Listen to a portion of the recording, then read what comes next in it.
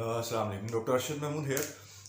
आज की इस वीडियो में हम बात करेंगे कि बच्चों के अंदर जो है लेट बोलने का मसला क्यों है, इसकी वजूहात क्या होती हैं, इसको हमने हल क्या करना है और किस स्टेज पे ये जो है मसला इसके लिए टेस्ट करवाने की ज़रूरत होती है और कब ये परेशान कौन है और कब इसके लिए आपको सिर्फ जो है वो बच्चे को ऑब्ज़र्व करना होता है, कुछ करना नहीं होता।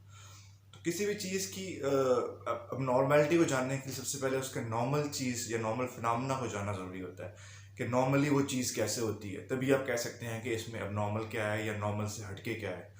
तो बोलने के अमल को समझने के लिए सबसे पहली चीज़ यही है कि हमें पता होना चाहिए कि हमारे बच्चे का किस एज के ऊपर बोलने का कौन सा स्टेप आ जाता है। कि मतलब कहने का ये है कि बच्चा किस उम्र पे कौन सी चीज़ अचीव कर लेता है बोलने के लिहाज से। तो ये वालदैन के लिए भी और जो डॉक्टर्स हैं, ख़ासकर जो हमारे जनरल प्रैक्टिशनर्स हैं, उनको भी पता होना चाहिए कि नॉर्मल क्या है और नॉर्मल क्या है।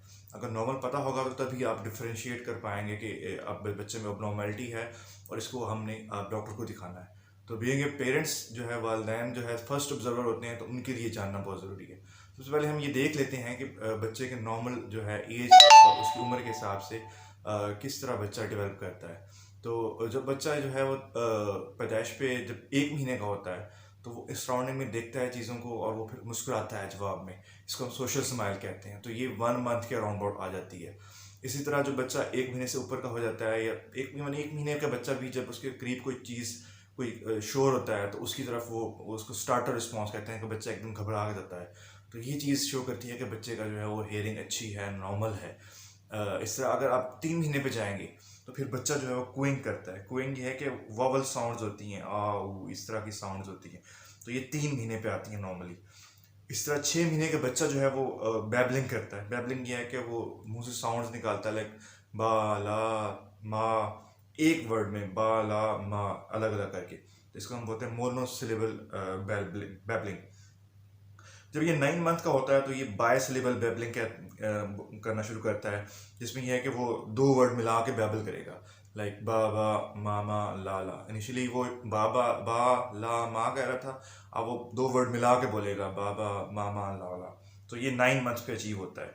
इस तरह जब बच्चा 1 साल का हो जाता है तो फिर जो है वो एक फर्स्ट रियल वर्ड बोलता है।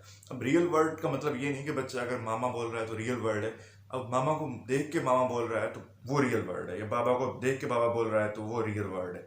इस तरह किसी और घर में किसी को देख के बोल रहा है वर्ड, तो वो फिर रियल वर्ड है जिसको बच्चा पहचान भी रहा है। इस तरह जब बच्चा 18 महीने का हो जाता है तो वो 5 से 40 तक वर्ड उसके आ जाते हैं, उसकी वोकेबलरी हो जाती है। 2 साल के बच्चे की वोकेबलरी जो है वो 150 से 300 अल्फाज की होती है, और साथ में वो 2 लफ्ज़ मिला के जो है फिक्रा बोल लेता है। इस तरह अगर 3 साल पे चले जाएं तो बच्चा जो है 900 से 1000 तक वर्ड जो है वो जानता है, और वो छोटे छोटे कोई सवाल भी पूछता है आपसे, और वो 3 वर्ड का जुमला बोलता है। अब 2 साल वाला जुमला बोलेगा लाइक पानी दो, रोटी दो, इस तरह। लेकिन 3 साल वाला बोलेगा मुझे पानी दो, मुझे रोटी दो, फिर रोटी क्यों गरम, इस तरह करके जो 3 लफ्ज़ मिला के बोले।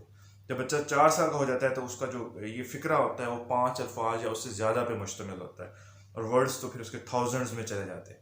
तो एक नॉर्मल ये एक डेवलपमेंट है वोकेबलरी और वर्ड स्ट्रक्चर बच्चे का, जो उम्र के साथ होता है।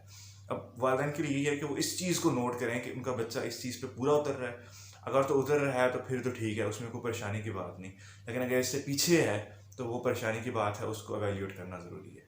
अब हम देख सकते हैं इसकी वजूहात क्या है हमारी सोसाइटी में या बच्चों के अंदर जो कॉमन है, जो ये चीज़ कराती हैं।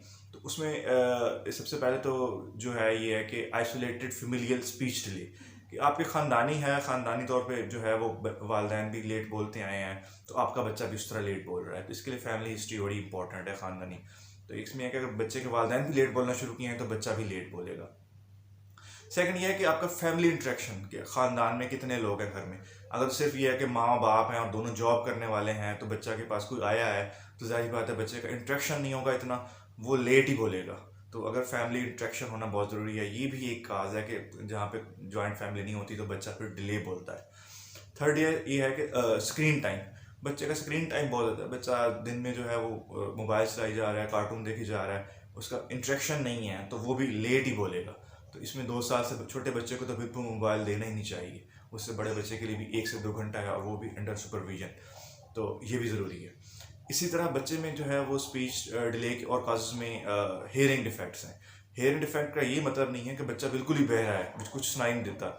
बच्चा सुनाई बच्चे को देता है, लेकिन वो माइल्ड टू मॉडरेट है, कम डिफेक्ट है इसका।